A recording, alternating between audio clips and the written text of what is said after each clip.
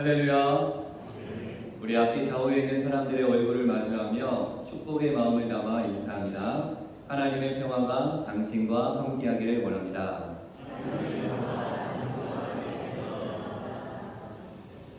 우리는 지난주에 창조절을 시작하며 저와 여러분은 땅과 하늘 사이에서 하나님의 숨을 지닌 존재로 살아가는 사이 존재임을 함께 나누었습니다. 사이 존재로서 오늘날 우리가 이 땅에서 책임적인 삶을 살아내기 위해서는 우리 안에 생태인지 감수성이 있어야 한다고 말씀드렸습니다.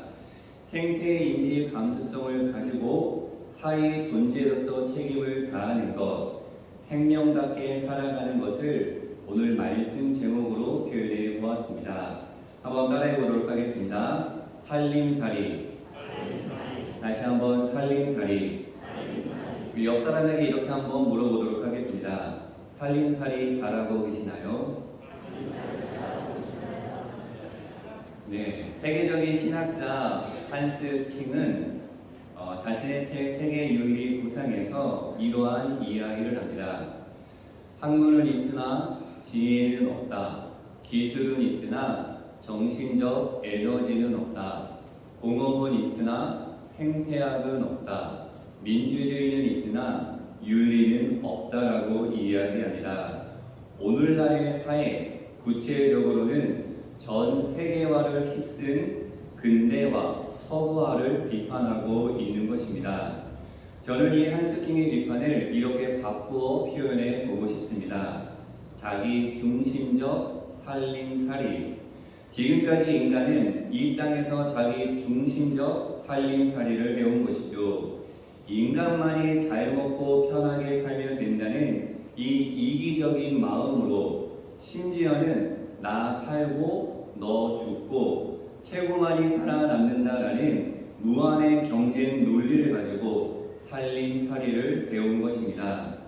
이러한 자기 중심적 살림살이의 모습은 사람과 사람 사이, 그리고 사람과 지구 사이의 관계를 끊어버리거나 아주 멀게 만들었는데요. 우리 그림을 하나 보도록 하겠습니다. 피라미드식으로 쌓은 잔 맨 위에 샴페인을 부으면 그 잔이 넘치면서 차례로 아래의 잔들을 채워 밑까지 흘러 넘치게 됩니다.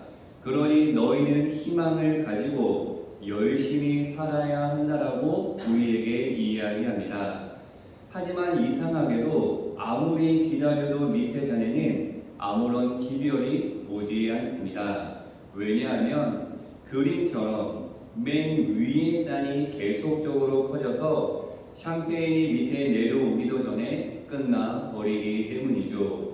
사람과 사람 사이에서 자기 중심적 살림살이, 다르게 표현하면 신자본주의 살림살이를 그대로 보여주고 있는 그러한 그림입니다.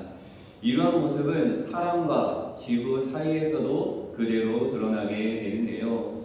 그림을 보면 홍수와 폭염, 가뭄, 허리케인 산불, 빙하 손실, 지금 너무나도 자연스럽게 우리가 접하고 있는 뉴스, 그러한 소식들입니다. 이것들은 모두 인간을 중심으로 무분별한 개발을 통해 주어진 결과들입니다. 기후 변화를 넘어서 기후 위기로 생명을 위협하는 수준까지 그 한계가 이제는 10년 안팎 안쪽으로 남았다라고 많은 학자들은 추측하고 있습니다. 환경 오염, 그리고 생태계 파괴, 생명 경시, 이 모든 것이 사람과 지구 사이에서 벌어진 자기 중심적 살림살이의 결과입니다. 여러분 오늘 살림살이에는 우리 선조들의 아름다운 마음과 지혜가 담겨져 있습니다. 그래서 살림살이를 우리는 이렇게 표현하게 되는데요. 한번 읽어보도록 하겠습니다. 살도록 감싸주고 보살펴 주는 마음, 이것을 살림살이라고 이야기합니다. 우리 옛 선조들은 비가 온 다음 산에 갈 때에는 꼭 집신을 신고 산에 들어갔다고 합니다. 왜냐하면 비가 온 다음에는 길가에 벌레가 많이 나오게 되는데 그 벌레들을 죽이지 않기 위해 집신을 신었던 것이죠. 그리고 산에 갈 때에는 요강 같은 것을 지니고 갔다고 합니다. 산을 함부로 대하지 않는 선조들의 마음이 담겨져 있는 모습입니다. 그리고 산에 간다라는 표현보다는 산에 든다라는 말을 많이 사용했는데, 이는 우리가 산에 허락을 받고 들어가는 것이지 마음대로 산을 정복하기 위해 올라가는 것이 아니었기 때문이었습니다. 나아가 우리 선조들은 자연을 정복의 대상이 아닌 자연 속에서 배워야 할 도리를 찾기로 했습니다. 사람에게는 인품이라는 것이 있습니다. 그리고 꽃에게도 화품이 있다라고 선조들은 생각하여 그것에서 많은 은혜와 많은 지혜를 발견해낸 것이죠. 인간이 아닌 다른 생명들에게도 가치와 존엄성이 있다라고 생각한 선조들의 모습을 우리가 확인할 수 있습니다. 나아가 짐승에도 이 인격, 품이 있다라고 생각했습니다. 벌과 개미에게서는 군신의 의를 발견해내었으며 원앙에게는 부부의 정을 읽어내었습니다. 그리고 기러기에는 예가 있다라고 보아내었는데요. 인간은 물론이요, 땅과 하늘 사이에 숨을 쉬고 있는 모든 생명을 생명답게 그 존재 자체로 인정하고 받아들이는 선조들의 지혜를 확인할 수가 있습니다. 저는 이를 이렇게 바꾸어 고백하고 싶습니다. 자기 중심적 살림살이에서 벗어난 생명 중심적 살림살이, 생태적 살림살이라고 표현할 수 있습니다. 오늘날의 현실 속에서 우리는 더욱 생명 중심적 살림살이를 해야 함을, 생태적 살림살이를 해야 함을 강력하게 요청받고 있는 오늘날의 현실입니다. 그리고 저와 여러분은 여기에 머무르지 말고 한 걸음 더 나아가야 합니다. 하나님께서 이 세상을 보시고 자주 사용했던 표현이 보시기에 좋았더라, 그리고 나아가 보시기에 심히 좋았더라 말씀하셨습니다. 즉 하나님께서 보시기에 좋은 모습을 우리가 기억하고 회복해야 하는 것이죠.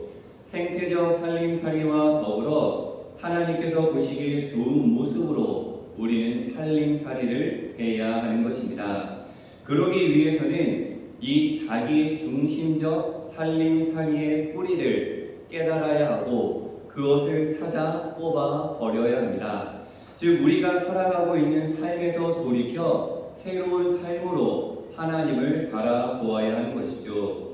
그러니 자기 중심적 살림살이의 뿌리는 어디로부터 시작되었을까? 다음 이야기에서 우리가 힌트를 얻을 수가 있는데요. 그리스 로마 신화를 보면 탄탈로스라는 아주 강력한 사람이 등장합니다. 소아시아의 시피로스라는 나라의 왕으로 막대한 부를 갖고 있었고 강력한 힘을 갖고 있었던 탄탈로스였습니다. 어느 모르거나 세상에서 부러울 것이 없는 그러한 사람으로 심지어 당시 신들에게 인정을 받는 그러한 탄탈로스였습니다. 이 어느 날 이 탄탈로스가 자신이 신들보다 위에 있음을 증명해 보고 싶어서 자신이 주관하는 잔치에 여러 신들을 초대하게 됩니다. 그리고 자신의 아들 펠롭스를 죽여 요리를 만들어 신들을 대접하며 그들을 시험하죠. 하지만 신들은 한눈에 이 탄탈로스의 마음을 파악하고 요리를 먹지 않았습니다. 더더군다나 신들의 잔치에 다시 초대받게 된 탄탈로스는 이 신들의 음식인 암브로시아와 넥타르를 몰래 훔쳐서 나는 신들의 비밀을 알고 있다라고 많은 사람들에게 알리고 싶은 그러한 죄를 범하게 됩니다. 결국 이러한 죄, 교만, 마음을 갖고 있었던 탄탈로스는 신들에 의해서 타르타로스에 갇히게 됩니다. 우리 그림을 보게 되면 자기 목까지 물이 차 있고요. 입이 닿을 듯한 높이의 사과가 놓여져 있습니다. 배가 고파서 고개를 들어 사과를 먹으려고 하면 가지가 위로 올라가 사과를 먹을 수 없게 됩니다. 그리고 목이 말라 물을 마시려고 하나 목이 지금 나무 기둥에 묶여 있기 때문에 눈앞에 있는 물을 마시지 못하는 영원한 굶주림과 갈증의 고통을 당하고 있는 것입니다. 탄탈로스가 이런 타르타로스에 갇히게 된 이유는 탄탈로 마음속에 있었던 욕망과 욕심, 교만 때문이었습니다. 신들보다 자신이 높다라는 것을 증명해 보이고 싶었던 것, 자신이 신들의 비밀을 알고 그 모든 것을 뽐내고 싶은 그러한 욕망, 욕심 때문에 여기에 갇히게 된 것이죠. 그래서 탄탈로스 하면 욕망을 떠올리게 되는 것입니다. 우리 이어 그림을 하나 보도록 하겠습니다. 히드라와 메두사 여러 번 들어봤을 텐데요. 이올라우스와 함께 괴물 히드라를 퇴치하는 헤라클라스의 모습이 그림 왼쪽에 보여지고 있습니다.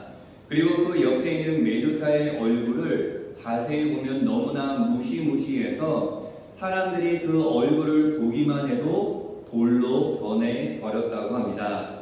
이 히드라와 메두사 모두 욕망과 관련된 그러한 괴물입니다. 그리고 그림에서 우리가 확인할 수 있는 히드라와 메두사의 공통점이 있습니다. 여러분 어떠한 공통점이 있을까요? 뭐가 등장합니다. 그렇죠. 뭐가 등장하게 되냐면 뱀이 등장하게 됩니다. 오늘 우리가 함께 읽은 본문에도 이 뱀이 등장하게 되는데요. 뱀이 여자에게 말을 걸어오므로 오늘의 이야기가 시작되어집니다. 우리 1절 말씀 한번 읽어보도록 하겠습니다. 그런데 뱀은 여호와 하나님이 지으신 들짐승 중에 가장 강교하니라. 뱀이 여자에게 물어 이르되 하나님이 참으로 너희에게 동산 모든 나무의 열매를 먹지 말라 하시더냐. 아멘. 정말 하나님께서 먹지 말라고 하신 것이 사실이냐? 뱀이 여자에게 묻습니다. 그런데 여러분, 하나님께서 남자와 여자에게 하신 말씀을 보면 뱀이 여자에게 한 이 물음의 이상한 점을 우리는 발견할 수 있습니다. 하나님께서는 이렇게 말씀하셨습니다. 창세기 2장 16절과 17절에 여호와 하나님이 그 사람에게 명하여 이르시되 동산 각종 나무의 열매는 내가 임의로 먹되 선악을 알게 하는 나무의 열매는 먹지 말라. 내가 먹는 날에는 반드시 죽으리라 하시니라. 아멘. 즉 하나님께서는 동산의 각종 나무의 열매를 허락하시고 다만 선악을 알게 하는 이 나무의 열매만 먹지 말라고 하셨습니다. 하지만 뱀이 무엇이라고 이야기하냐면 동산 모든 나무의 열매를 먹지 말라 하시더냐 라고 그렇게 이야기합니다. 즉 하나님의 말씀과 다르게 뱀의 이야기는 왜곡되어져 있습니다. 이 왜곡시키는 것에는 다른 목적, 의도가 숨겨져 있습니다. 즉 하나님이 허락하신 먹게 하신 은혜를 까먹게 하고 그 은혜를 뒤로하고 모든 열매를 먹지 말라고 확대 해석하면서 이 인간 안에 감추어져 있었던 먹고 싶은 욕망을 뱀이 강교하게 건드리고 있는 것이죠. 선악을 알게 하는 나무의 열매를 먹어보지 못한 여자에게 저거 한번 먹어보고 싶지 않아 라고 하며 마음속에 있는 욕망을 아주 교묘하게 자극하는 것입니다. 아주 간교한 뱀의 모습을 말씀 가운데 확인할 수가 있습니다. 이에 여자가 이렇게 반응합니다. 우리 밑에 나오는 2절과 3절 말씀 여러분들이 읽어주시면 감사하겠습니다. 시작.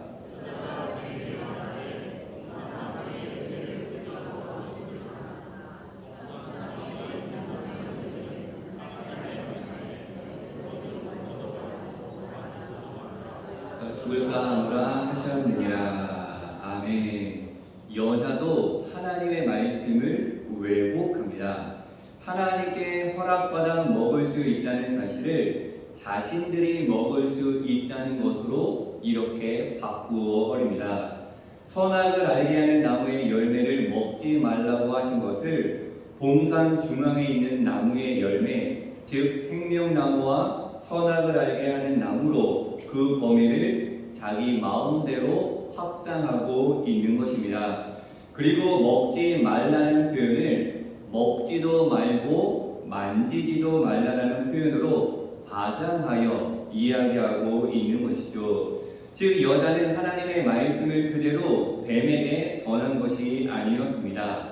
자기 마음대로 하나님의 말씀을 왜곡하여 전하고 있는 것이죠. 여자가 이렇게 왜곡한 말에는 두 가지 마음이 숨겨져 있습니다. 어떠한 마음이냐면 선악과를 먹고 싶은 욕망이 그 왜곡에 담겨져 있는 것이고요. 죽고 싶지 않은 욕망이 거기에 담겨져 있었습니다. 이 말을 들은 뱀이 이 여자의 마음을 깊게 파고듭니다. 틈을 비집고 들어가 유혹하고 있는 것이죠.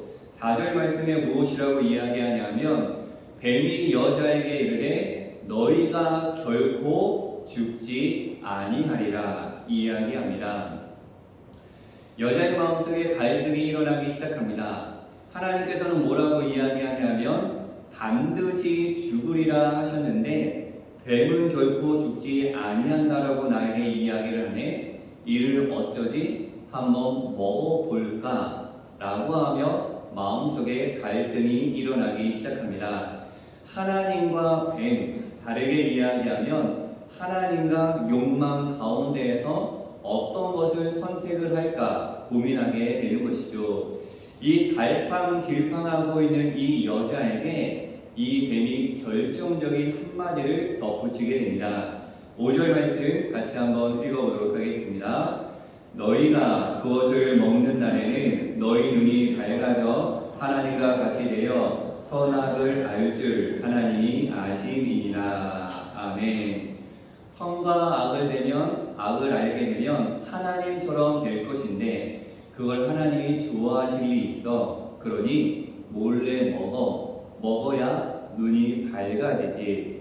하나님과 욕망 사이에서 노골적으로 이간질하고 있는 뱀의 모습, 소름 끼칠 정도로 간사한 뱀의 속임수를 우리는 확인할 수 있는 것입니다.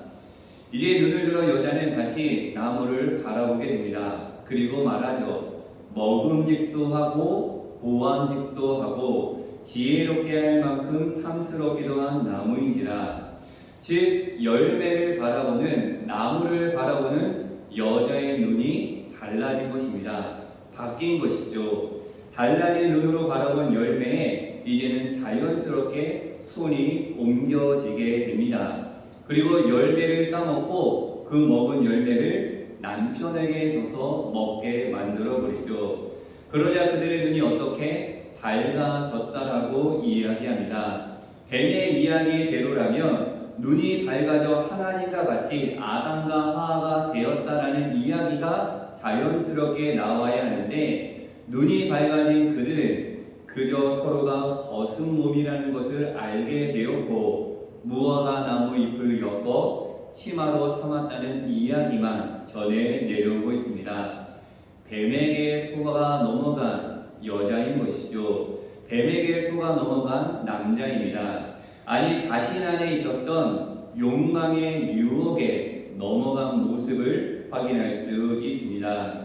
자신 안에 있는 욕망으로 인해 하나님과의 약속을 어긴 남자와 여자의 눈이 달라지게 됩니다. 즉 바라봄의 기준, 가치관이 달라진 것이죠. 하나님 중심에서 인간 중심으로 변질되어 버린 것입니다. 하나님께서는 이 세상을 창조하시고 단 한 가지 표현만을 사용했습니다. 좋다라는 말, 히브리어로는 토라고 이야기하는데요. 욕망의 유혹에 넘어간 열매를 먹은 남자와 여자의 눈에는 이 세상이 좋고 나쁨으로 갈라지게 됩니다. 즉 자신의 욕망을 채울 수 있게 되면 그것은 좋은 것이요 자신의 욕망을 채우지 못하게 되면 그것은 나쁜 것으로 나누게 되는 것이죠. 이렇게 정리할 수 있습니다. 함께 읽어보도록 하겠습니다.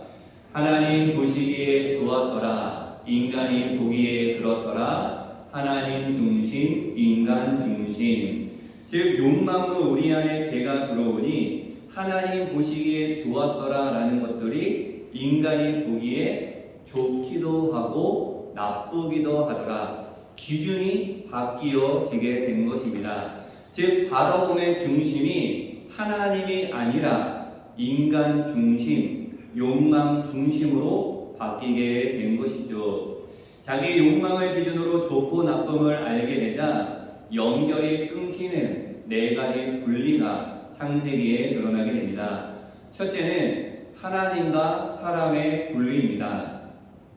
하나님과 아름다운 교제를 나누었던 아담이 이제 하나님을 피하기 시작합니다. 그런 사람을 하나님께서는 이렇게 찾으시는데요. 아담아, 내가 어디 있느냐? 그리고 둘째는 사람과 사람, 아담과 하와의 분리입니다. 이는 내 살 중에 살이요 뼈 중에 뼈라고 그렇게 고백했던 여자를 향해 이 여자가 나에게 나무 열매를 주어 내가 먹었더라고 여자에게 책임을 떠넘김으로 그 관계가 뒤틀리기 시작합니다. 그리고 셋째는 사람과 뱀의 분리, 그러니까 아담과 하와 그리고 생물, 뱀의 분리라고 말씀드릴 수가 있습니다. 창세기 3장 15절에 뱀과 여자는 이제 원수가 되어 여자의 후손은 뱀의 머리를 상하게 할 것이며 뱀은 여자의 발꿈치를 상하게 할 것이라고 그 관계가 뒤틀려져 버립니다. 그리고 마지막으로 하나님 나라와 인간의 분리입니다. 하나님께서는 약속을 어긴 사람을 어디에서 쫓아내느냐? 에덴 동산에서 쫓아내버립니다. 즉 하나님 나라에서 추방되어 분리된 것이죠. 이렇게 분리된 이후 사람은 하나님 중심으로 살아가는 것이 아니라 오로지 인간을 중심으로 살아가게 됩니다. 심지어는 나 아닌 모든 것, 사람뿐만이 아니라 생물, 심지어는 하나님까지 자신의 생각, 자기 중심적으로 자기에게 맞추려고 살아가게 되는 것이죠. 지난주에 말씀드렸던 신앙의 꼰대의 모습으로 우리가 살아가게 되는 것입니다. 즉 자신의 욕망에 따라 좋고 나쁨을 판단하게 된 것이죠. 한마디로 자기 중심적 살림살이가 시작된 것입니다. 이러한 것들의 뿌리는 모든 것을 자기 위주로 생각하는 욕망입니다. 내 안에 있는 욕심이죠. 야고보서 1장 15절 성경은 이렇게 전하고 있습니다. 같이 한번 세번역으로 읽어보도록 하겠습니다. 욕심이 잉태하면 죄를 낳고 죄가 자라면 죽음을 낳습니다. 아멘. 야고보 사도도 어떠한 것이 가장 중요한지, 어떠한 것이 그 근원적인 뿌리인지 알고 있었던 것 같습니다. 영진의 하늘가족 여러분, 우리가 내딛고 있는 이 땅에서 살림살이를 잘하기 위해서는 하나님께서 보시기에 좋았더라 라는 그 세상을 다시 한번 회복하기 위해서는 우리 마음속에 욕망이 있음을, 우리 마음속에 욕심이 있음을 깨달아야 합니다. 이 욕망이 바로 자기 중심적 살림살이의 뿌리인 것이죠. 나아가 인간의 욕망으로 인해 무너진 창조 질서를 회복하는 삶으로 우리의 삶의 방향이 지향되어져야 하며 욕망으로 멀어진 하나님과의 사이, 나와 너와의 사이, 나와 지구에 분리된 이 단절된 관계를 우리는 다시금 연결해야 합니다. 이것이 바로 사회의 존재로서 이 땅에서 살림살이를 잘하는 모습입니다. 그리고 그 끊어진 관계를 이을 수 있는 그 시작과 그 유일한 길은 예수 그리스도임을 우리는 잊지 말아야 합니다. 요한복음 14장 6절에 예수께서 이르시되 내가 곧 길이요 진리요 생명이니 나로 말미암지 않고는 아버지께로 올 자가 없느니라. 아멘. 예수님께서는 자기 중심으로 그대로 이 땅에서 삶을 살아내지 않았습니다. 자기 중심이 아니라 하나님의 중심으로 살았기 때문에 십자가를 지실 수 있었던 것이죠. 예수님께서 가고 싶은 길, 예수님께서 좋은 길을 걸어가신 것이 아니라 하나님께서 보시기에 좋은 길을 걸어가셨기에 예수님은 그 모진 십자가와 모진 고통을 감내할 수 있었던 것입니다. 사랑하는 영진의 하늘 가족 여러분, 우리를 위협하는 수많은 욕망들이 있습니다. 그리스 로마의 신화에 나오는 이 뱀과 그리고 성경에 나오는 이 뱀이 우리 마음속 기저에 흐르는 그 욕망을 살살 건드릴 때가, 그래서 우리의 중심을 흔들어 버릴 때가 너무나도 많이 있습니다. 그럴 때 여러분, 이 말씀을 한번 떠올려 보기를 원합니다. 마음이 가난한 사람은 복이 있다. 하늘나라가 그들의 것이다. 아멘. 다시 한번 여러분들이 읽어봐 주시면 감사하겠습니다. 마음이 가난한 사람은 복이 있다. 하늘나라가 그들의 것이다. 아멘. 이 마음이 가난하다라는 것은 뭔가 마음에 쓸데없는 욕심이 있었다면 그것이 사라지는 것이요, 욕심이 사라진 이 자리에 성령님이 들어오실 것이고, 그러면 우리의 눈이 맑아지면 하나님을 보게 되고 하나님 중심적인 신앙의 삶을 살게 된다라는 것이죠. 즉 우리의 마음이 가난해지면, 우리의 욕심이 비워지면 성령이 충만히 채워져서 자기 중심이 아니라 하나님 중심으로 살아가는 삶이 허락되는 것입니다. 사랑하는 영진의 하늘가족 여러분, 생태인지 감수성을 가진 사회 존재로서 하나님께서 보시기에 좋다 하시는 그 살림살이를 잘 해낼 수 있는 저와 여러분의 신앙, 우리 사랑하는 영진교회가 되기를 예수님의 이름으로 간절히 축원합니다. 함께 기도하도록 하겠습니다. 생명의 하나님, 우리를 창조하시고 보시기에 심히 좋았더라 하신 감동을 다시금 일으킬 수 있는 우리 모두가 되게 하여 주옵소서. 이 땅에 발을 딛고 살아가는 순간순간이 하나님을 향한 삶이 되게 하시고 생명을 살리는 신앙의 살림살이를 잘할 수 있도록 인도하여 주시옵소서. 하나님, 우리 안에 욕심이 있습니다. 우리 안에 욕망이 있습니다. 우리 안에 교만이 아직도 남아 있습니다. 이런 우리가 하나님의 놀라운 사랑과 은혜로 말미암아 마음이 가난한 삶을 살게 하시고 하나님께서 보시기에 좋은 길을 걸을 수 있도록 영진의 하늘 가족들을 축복하여 주시옵소서. 나의 욕망에 따라 좋고 나쁨을 판단하는 것이 아니라 하나님을 중심으로 우리의 삶이 기준되게 하시고 삶으로 살아낼 수 있도록 역사하여 주시옵소서. 감사드리며 예수님의 이름으로 간절히 기도하옵나이다. 아멘.